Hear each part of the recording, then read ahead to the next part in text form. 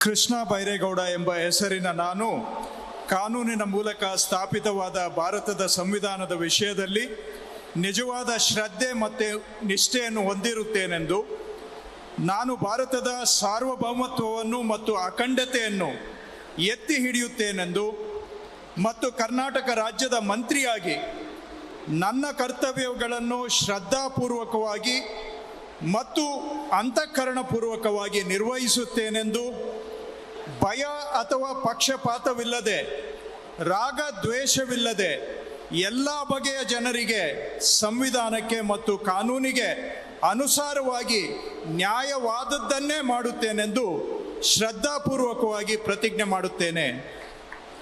ನಾನು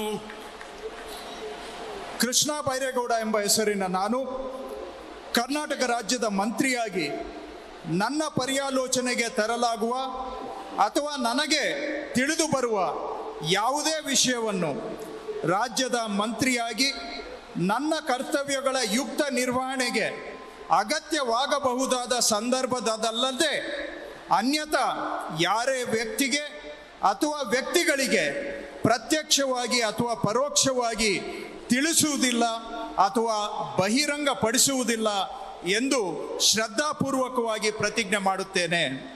ಧನ್ಯವಾದಗಳು.